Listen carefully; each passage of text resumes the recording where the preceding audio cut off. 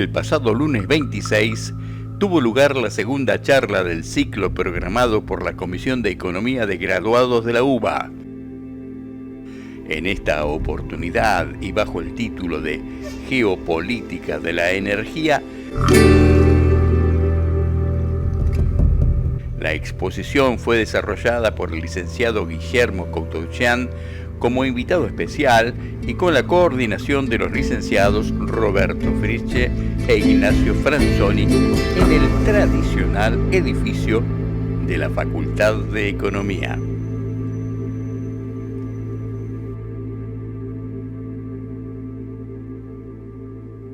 A todos bienvenidos, bienvenidas.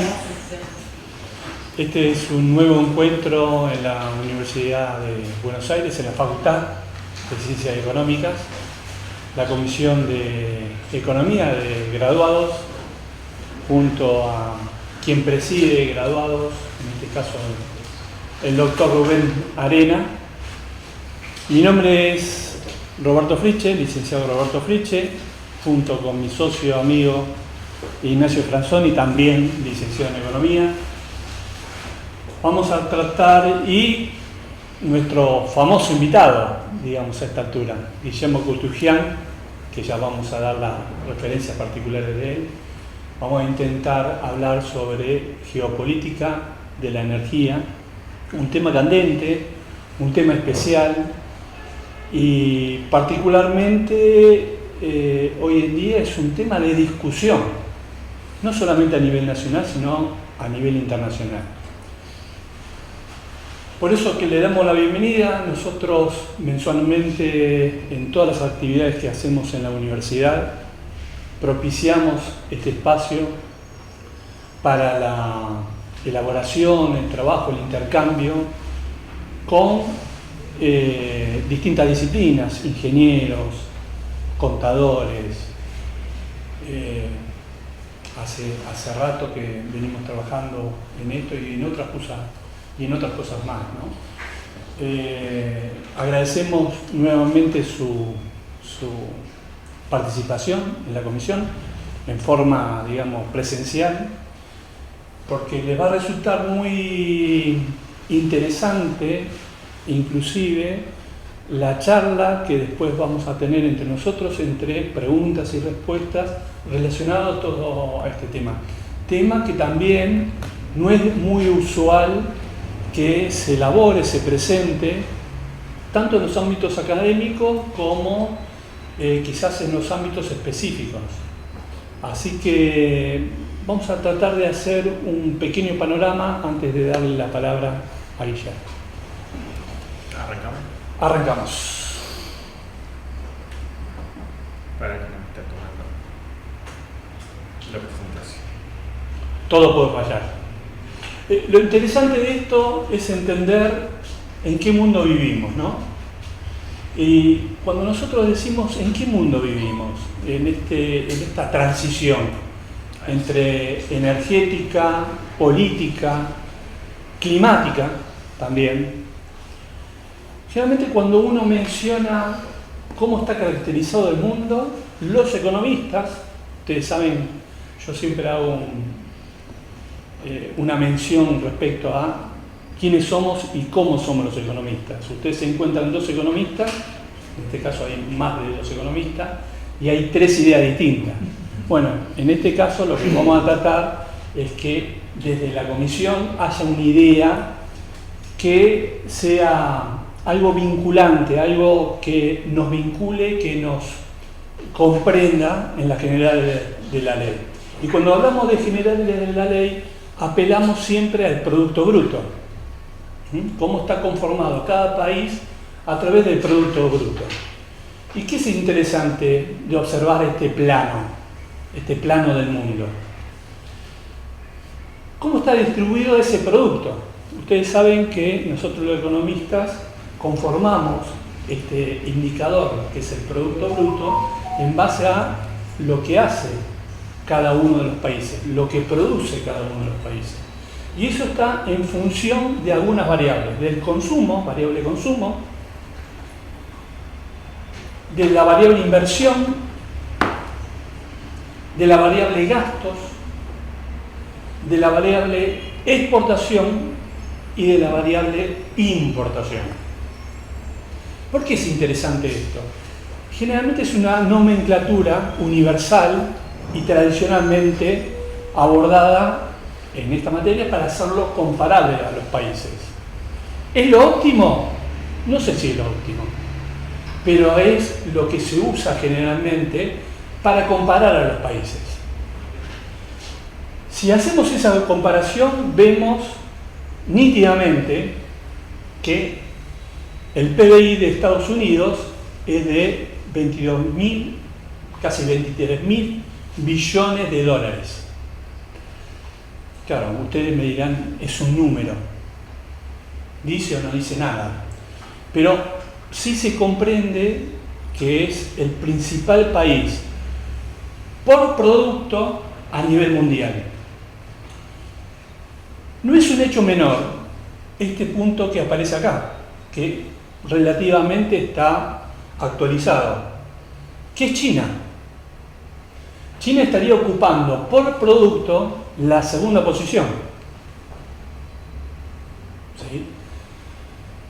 Siempre y cuando lo consideremos en términos normales sobre los cuales nosotros comparamos los economistas. Y un tercer núcleo de esto sería la zona de euro. Todo esto a 2021. ¿Por qué es importante? Porque va a haber un antes y un después del 2021 justamente por Ucrania. En volumen, el país más endeudado del mundo es Estados Unidos, con 1.3, 1.4, ¿sí? O sea, el 120, 130% de su PBI. O sea, es una suma inmensa. Impagable, por cierto. Y tengamos en cuenta que en el estadio de la suba de tasas, después lo vamos a ver, el panorama de deuda, Japón, digamos en proporción, que lo tenemos acá, como uno de los países más importantes en producción, en tasa, digamos, respecto a su PBI, es el país más endeudado del mundo, en un 250, un 260% de su PBI. Tiene más deuda que generación de producto. ¿Por qué también es importante mencionar esto? Porque a veces nos dicen, no, Argentina está muy endeudada, Argentina pasa tal cosa. Bueno, el mundo no es así, ¿sí? El mundo tiene diversas aristas, diversas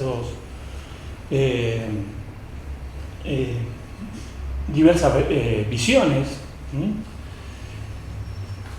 Y un hecho que quiero que vean, que sirve mucho, yo creo que a los fines educativos, ¿qué posición tenía Alemania en el año 2021? En el año 2021 Alemania era el tractor de Europa. Tengámoslo en cuenta, ¿sí? Apostillemos ese punto. Fíjense lo que es Argentina, ¿no? Con casi 500.000 millones de dólares, digamos, somos un puntito dentro del mapa del mundo que mucho o poca incidencia podemos llegar a tener. Continuamos. Y el mundo presenta esas oscilaciones que estábamos hablando respecto a cómo crecía y cómo bajaba de acuerdo a la actividad económica. Y quiero hacer notar esto. Fíjense cómo bajó el mundo en cuanto a producto, cuál fue el impacto del producto en todas las naciones, que 2008, consecuencia de la crisis de 2008, ¿sí? De Lehman Brothers en Estados Unidos, el mundo cayó aproximadamente en un 1.3%, 1.3, 1.5%, respecto a la medición de producto. ¿De acuerdo?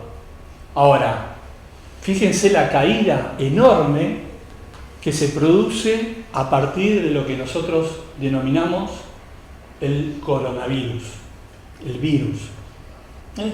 Hubo una baja sustancial en 2008, una recuperación bastante notoria, Y de esta baja, ¿sí?, la suba es lenta, ¿sí? Consecuencia de Ucrania, consecuencia de la recesión económica. El mundo es otro del 2008, es otro completamente distinto. Acá tendríamos que agregar que estamos en plena transición energética, tendríamos que agregar también que estamos en plena transición política, si se quiere decir, y de ese mundo unipolar encabezado por Estados Unidos, hoy tenemos un mundo multipolar. Sigamos. Como yo les dije anteriormente, nosotros hacíamos un análisis por producto, ¿sí? Pero ¿qué pasa si lo hacemos per cápita? Si ese análisis global lo hacemos comparado a cuánto le corresponde a cada uno de las personas.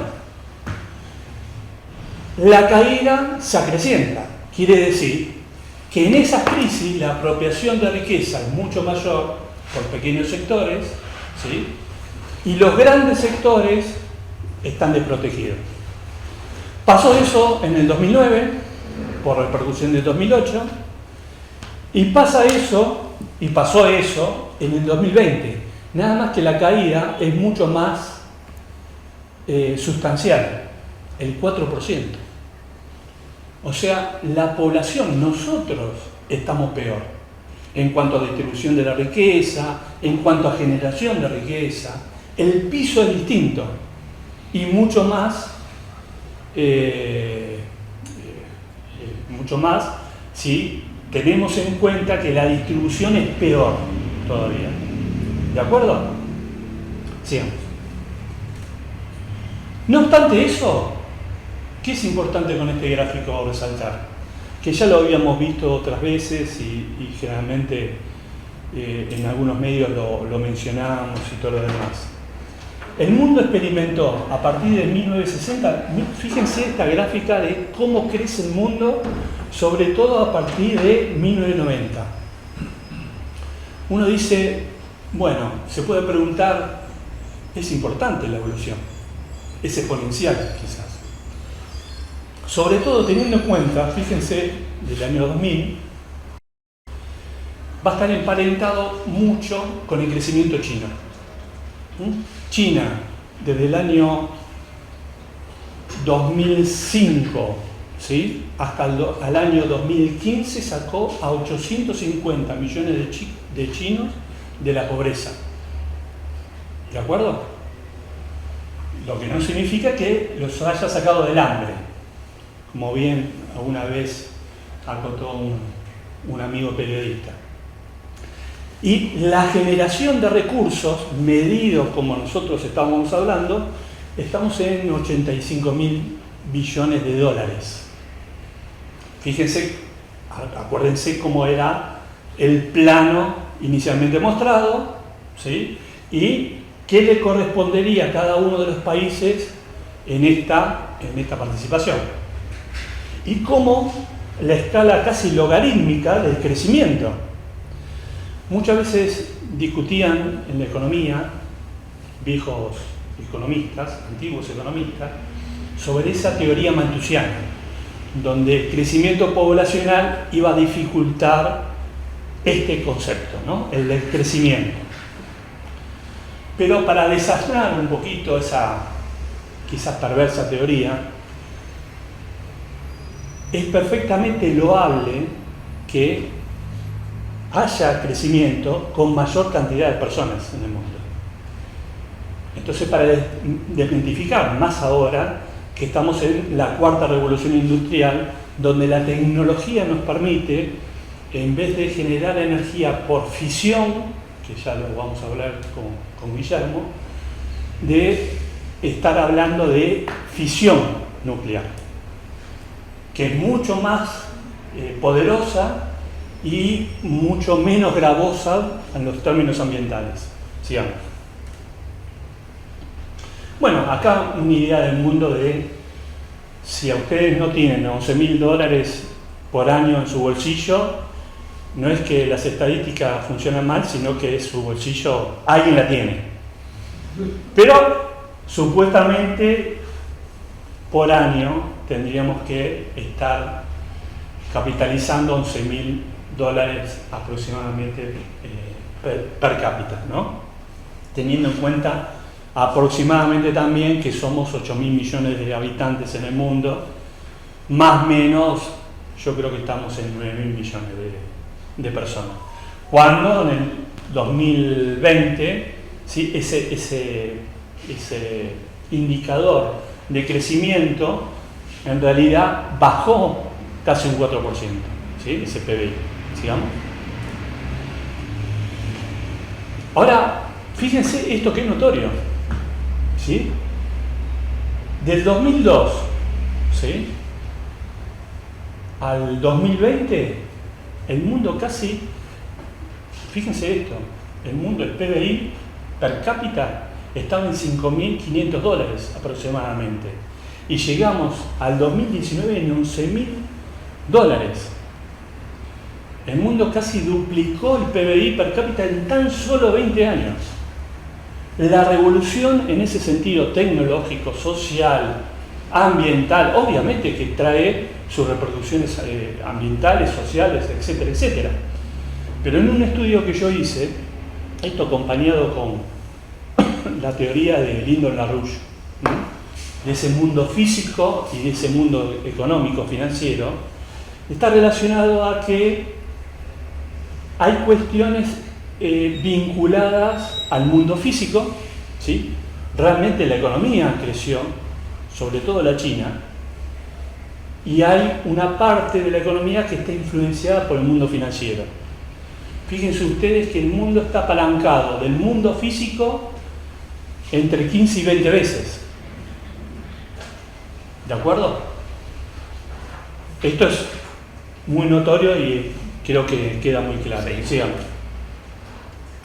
Ahora, cuando nosotros analizamos el fenómeno argentino, queda claro que hay un quiebre de tendencia aproximadamente a partir del 2011-2012. Esa tendencia nunca la pudimos recuperar. De hecho, después de 2020-2022 vamos a ver un crecimiento, pero fíjense qué lejos estamos de este segmento que experimentó Argentina. Siempre hay que considerar la base, de dónde salimos y dónde estamos. Y la caída, fundamentalmente, este serrucho que hace la economía, hace que prácticamente estemos estabilizados. ¿En qué nivel estamos estabilizados? Y bueno, supongamos acá un leve crecimiento y digamos estamos a niveles de 2009. ¿Ok? Sigamos. Lo mismo pasa con el PBI per cápita, que significa todo ese PBI dividido la cantidad de población. Ahora, esto lo van a notar mucho más en los bolsillos, pero fíjense que es notorio. A partir de 2002, con la crisis que tuvimos, siempre tuvimos un crecimiento. Llegamos a Argentina con un PBI casi per cápita de $14.000, pero ¿en qué terminamos? ¿Sí? 2020 en $8.500. Vale decir que en el término de 2-3 años, los argentinos perdimos el 40-45% de nuestro salario. En dólares. De nuestros ingresos, sí. Gracias, Ignacio. Sigamos. Bueno, esto, Ignacio.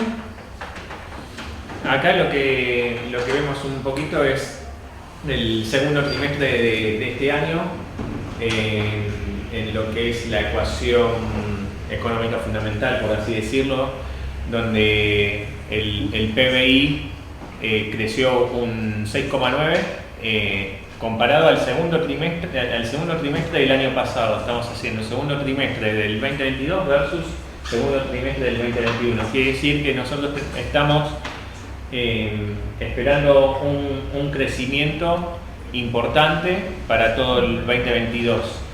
Lo que acá mostramos un poco es cómo las variables, los drivers de la economía, que es el consumo tanto privado como público, la inversión y las exportaciones, van desarrollándose de manera... Sacamos una foto, pero tratamos de hacerlo dinámico, ¿sí?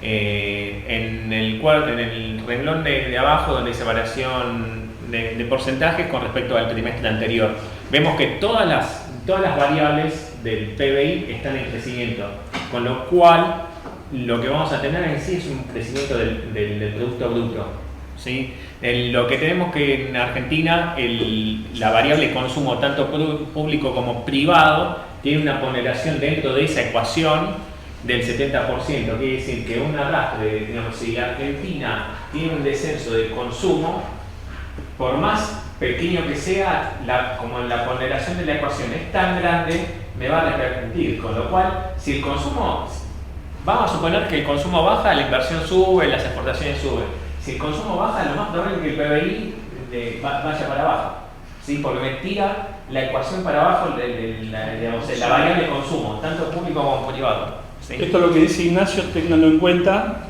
Ahora vamos a hablar específicamente de esto, lo que recién comentó mi colega. Sigamos. Bueno, esto es el resumen de lo que pasó en el 2021. Pero ¿qué es lo que pasa? Veníamos de un 2020 totalmente negro, ¿sí? Digamos, se bajó en un 10%, se subió en un 10%, digamos, hay cierto equilibrio. ¿Ok? Lo importante son las figuras de abajo, donde vemos que los últimos 5 años, de los 6, tuvimos 4 años de decrecimiento y 2 años de crecimiento nada más, con lo cual... Entre comillas, ¿no? Sí. Sigamos. Bueno, acá lo que les quiero mostrar es que los drivers, también como dijo Ignacio, uno generalmente habla de la economía argentina, etcétera, etcétera, se hace problemas con respecto a la minería, pero no sabe a ciencia cierta cómo se componen esos jugadores. ¿Vieron cuando Argentina entra a jugar al fútbol para el Mundial? Sabe dónde está Messi, sabe dónde está el arquero, etcétera, etcétera. Pero cuando hablamos de economía, no. Pasa con los funcionarios, pasa con periodistas, etcétera, etcétera. Acá lo que les quería indicar es, vieron que nosotros tenemos una plataforma marítima sumamente grande, una de las más importantes del mundo. Sin embargo, fíjense, esto a tono de muestra, ¿no? Fíjense lo que incide en ese aporte al valor agregado de riqueza, es mínimo. Sí. El ejercicio que dice Roberto, yo mañana soy ministro de Economía y digo, bueno, como ministro de Economía decido de darle un montón de beneficios al sector pesquero. Bueno, bárbaro. ¿Cómo me incide en el PBI? Es nada. Quiere decir que por más que yo quiera que el sector pesquero crezca, en la macro no estoy afectando. Es eso lo que estoy diciendo. Gracias. El 60%, ¿sí?, de la actividad económica argentina que está generando ese valor agregado está en agricultura, ganadería, caza y silvicultura, ¿sí?, en industria manufacturera, que es la más importante. Mucho de origen agropecuario también. ¿Sí? Mucho vinculado al primero, ¿sí? Comercio mayorista y minorista y reparaciones, fíjense en los niveles, ¿no?, cercanos a 100, para tenerlo en cuenta. Y actividades inmobiliarias, empresariales y de alquiler, 80. Esos 4 sectores acaparan el 60% de la actividad. No es una economía que uno diga pesca, industria minera, diversificada, ¿sí?, o que uno diga, bueno, electricidad, gas y agua. ¿Se entiende? Tenemos mucho para hacer, mucho para desarrollar, pero, como se dice, hay que saber. Sigamos. Bueno, estos son algunas ponderaciones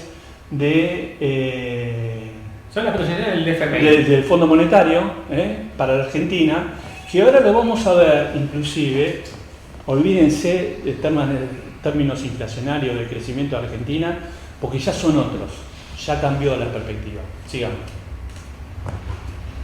Bueno, ¿qué es lo que podemos observar? Esto es hasta junio. el indicador mensual de actividad industrial. Esto es industrial, sí, es solo el sector industrial. Solamente el sector industrial. Fíjense que hay una recuperación, ¿sí? Una recuperación bastante notoria. Pero le voy a anticipar dos cositas, ¿sí? Uno, que ese remonte de la actividad ya no está, ¿sí? Dos, ya se estaba señalando cierta tendencia a la baja, ¿sí? Y tres, cuando ustedes vean cómo impacta la inflación y sobre todo la tasa de interés, esto se va a ir enfriando. ¿Cómo se va a ir enfriando? Ahora con los otros artículos. Y en esta gráfica, sí, quería mencionar algo. Sí, vale, en esa gráfica. En esta gráfica se menciona cuáles son las actividades más importantes en cuanto a ese desarrollo de capacidad instalada, ¿no? La capacidad instalada, obviamente la industria metálica básica es importante. Pero vamos a una que acá hacían referencia, la industria automotriz, por ejemplo, ¿no? Que tenemos en 60. ¿Qué significa ese 60?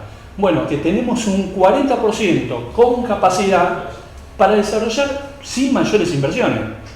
O sea que está debajo del nivel potencial de trabajo.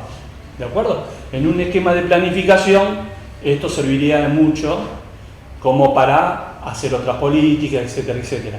Sí. Un ejercicio finito, me voy a parar con este gráfico. Son acá dos mitos. Acá lo que dice, vamos a traspolar a esto como si fuera toda la economía, vamos a hacer ese ejercicio. El nivel general de utilización es el 70%. ¿Qué quiere decir? Digamos, tenemos una mala noticia y una buena. La mala es que, vamos a suponer que el 30% de los factores están ociosos. Digamos, hay desempleo de factores. ¿Sí? Esa es la mala noticia. Vamos a poner la buena. La buena noticia es que digamos, Argentina, si esto fuera todo, pero bueno, la industria puede crecer sin necesidad de invertir. ¿Por qué? Porque lo único que tiene, la máquina está ahí, hay que ponerla en funcionamiento, ¿sí? Entonces, acá se derrumba un mito. Otro mito que se derrumba con este gráfico es decir que, digamos, la inflación es un problema de que no hay capacidad para producir, digamos, no se puede producir más, entonces estamos al máximo.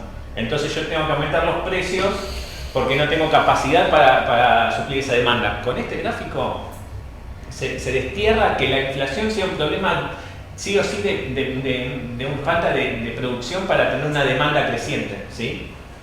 Solamente lo vemos con este gráfico, ¿eh? Dos mitos ahí. Sigamos. Y ahora vamos a ir un poquito más rápido, así ya terminemos Pero espero que se comprenda, ¿no? Que tanto los que nos ven por Meet como los que están en forma presencial, vieron que yo les anticipé ese cambio de ciclo. Bueno, acá lo vamos a ver perfectamente. Miren, las exportaciones ya vienen bajando, un 7%. Y fíjense lo que pasaba en agosto, que las exportaciones con respecto al año pasado crecieron un 36%. Por eso, el gobierno hace principal hincapié en bajar esto. Y sobre todo tener un saldo positivo. Pero a costa de también planchar la actividad. Por eso subió las tasas, por eso todas las medidas que tomó, aparte de devaluaciones cada vez mayores.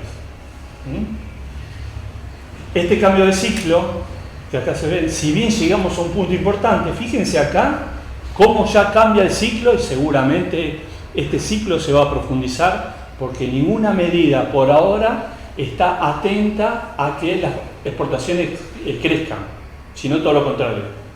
Sigamos. Bueno, y acá vemos ya la película, para que nadie, ningún político, aquellos que subieron diciendo contra la política, nos metan el verso.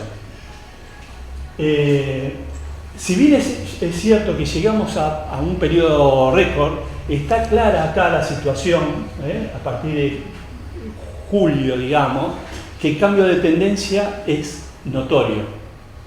Y creo que está para quedarse. A no ser que se reelaboren otro tipo de políticas urgentes como para que esta contracción que acá se establece otra vez vuelva a mostrar una tendencia creciente, cosa que me animo a no creer. Y esto, lo que está acá en puntos, es el saldo de la balanza comercial, la diferencia entre las exportaciones y las importaciones. Fíjense el fuerte decrecimiento que existe con respecto... Claro. Sigamos. Hay un hecho interesante acá, ¿no? Cuando nos ponemos a analizar qué pasa con Rusia, quiénes son nuestros principales aportantes tanto en las exportaciones como en las importaciones, quiénes son los jugadores. Y esto es un tema de geopolítica, ¿no? Porque nosotros decimos, bueno, vamos a hacer alianza, ¿con quién? Yo les anticipo, Rusia no está acá. O sea, si es aliado, si nuestro presidente quería hacer una alianza con Rusia y abrirle la puerta para toda Latinoamérica, Rusia no está acá. Ni por las exportaciones, ni por las importaciones. O sea, eso ya es una decisión política. Brasil, ¿sí?, como uno de los principales objetivos de nuestras exportaciones, Estados Unidos y después China. En todo este panorama, Estados Unidos, si uno hace la recopilación de años anteriores, va tomando mayor preeminencia sobre el comercio exterior argentino. Es por año, ¿sí?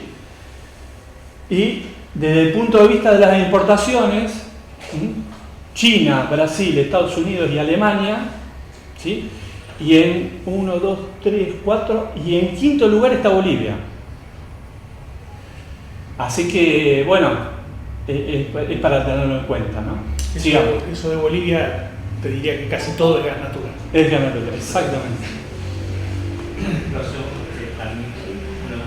¿Tenemos más? Sigamos. Bueno, acá es importante que tengamos en cuenta cómo ha evolucionado el flete, ¿no?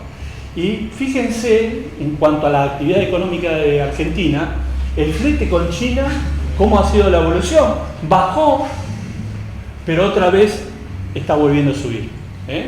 Los costos de flete en el mundo crecieron y particularmente para Argentina, hacer negocios con China es más complicado. Sigamos. Bueno, acá, sobre todo lo que les quiero mostrar es cómo ha evolucionado los precios de los fertilizantes. Está claro acá cómo se ha dado este cambio de paradigma. Y sobre todo también de los granos, el costo de la comida. Sigamos.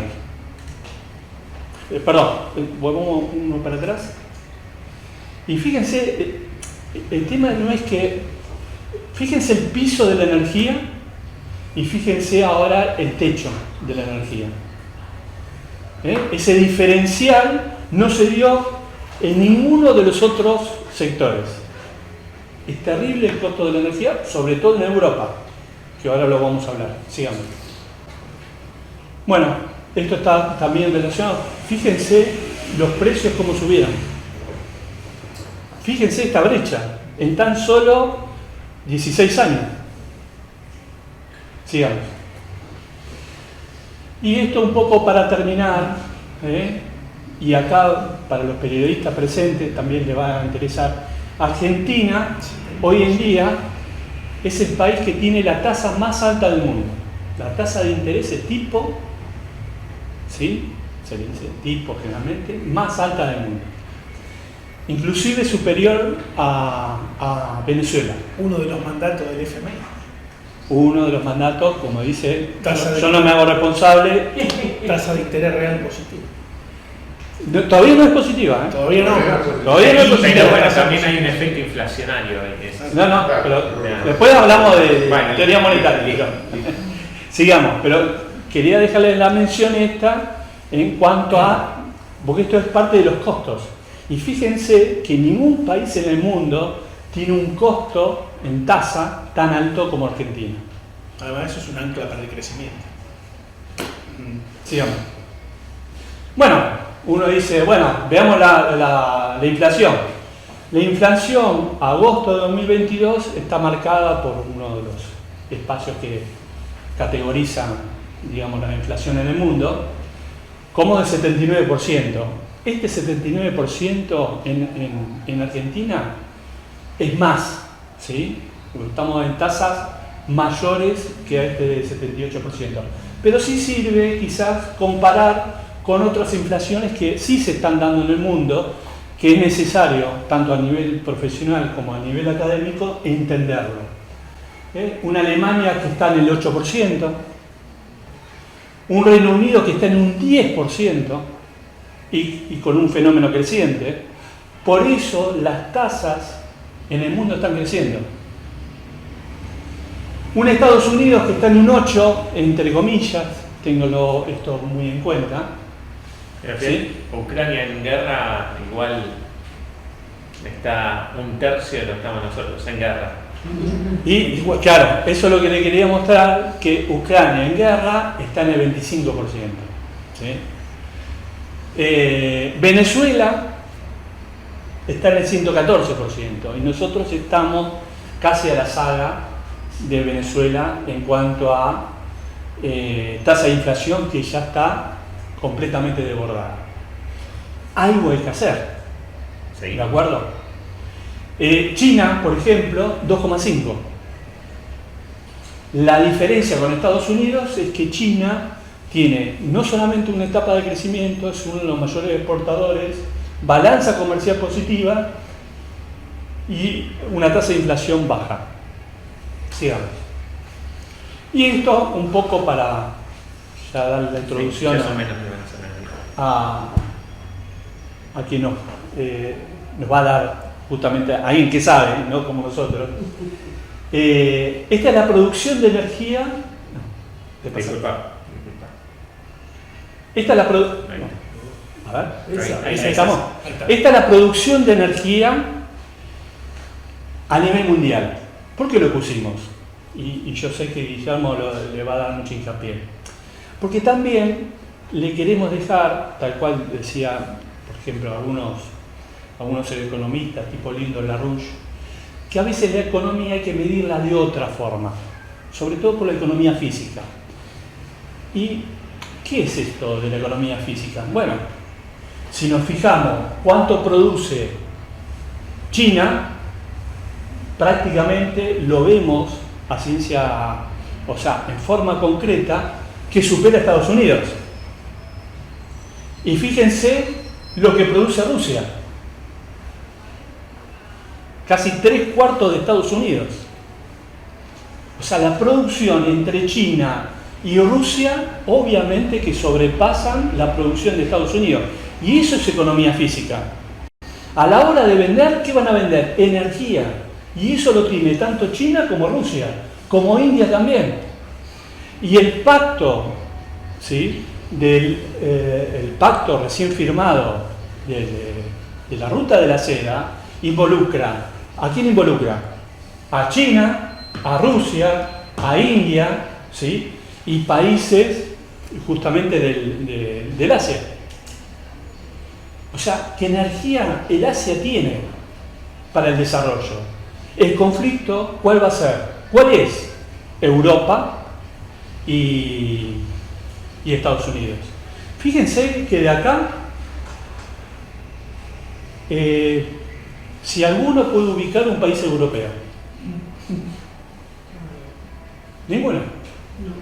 Sigamos. Y este es el consumo energético. Fíjense qué interesante, porque a su vez muestra esa dependencia. China, 3.600. Estados Unidos, 2.100. India, 927. Y Rusia ya pasa al cuarto lugar. Tiene excedente energético. Después fíjense Japón, Brasil, Corea del Sur. Y ahí figura Alemania. Y Francia. Son grandes consumidores. Por eso también el conflicto con Rusia. Y creo que, bueno, acá una sola mención de los cambios geoestratégicos, ya que lo tenemos a Guillermo, que va a resultar sumamente interesante, que es el cambio de paradigma a partir de contar dentro de 4 años la utilización, ahora que tenemos la ruta de la seda, de la logística, aprovechando el Ártico. Si nosotros hacemos el camino común, ¿sí?, de Nueva York a Tokio, por el camino común, son 18.000 kilómetros.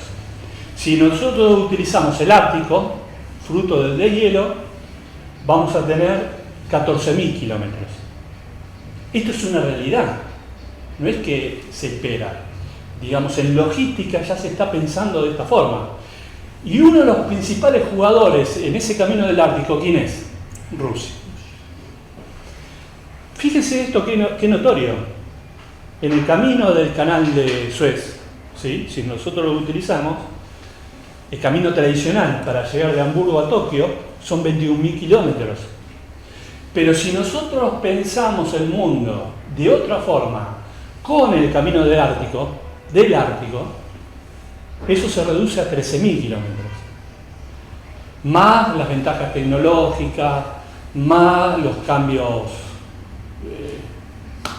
todo que hay en la economía. Así que hacemos acá el finish, le damos el pie a Guillermo para que justamente nos sepa decir si en esto de la geopolítica tenemos solución o vamos a la Tercera Guerra Mundial.